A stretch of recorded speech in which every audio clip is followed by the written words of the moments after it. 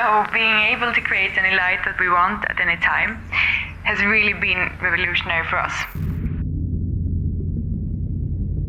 Yes, in this episode we're gonna take you through a golden hour shoot on the beach. We used to be natural light shooters. When we started out, we really thought that flash was ugly and looked super unnatural. And flash can be ugly if you don't know how to use it. But if you do, it creates a beautiful and natural look.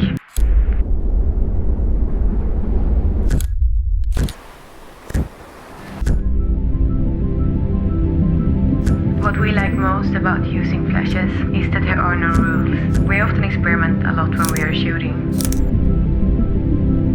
We have always loved photography because it's like jumping straight into another world. We like this evening golden hour, or just when the sun has been setting kind of light. It has a mystical kind of feeling that we love.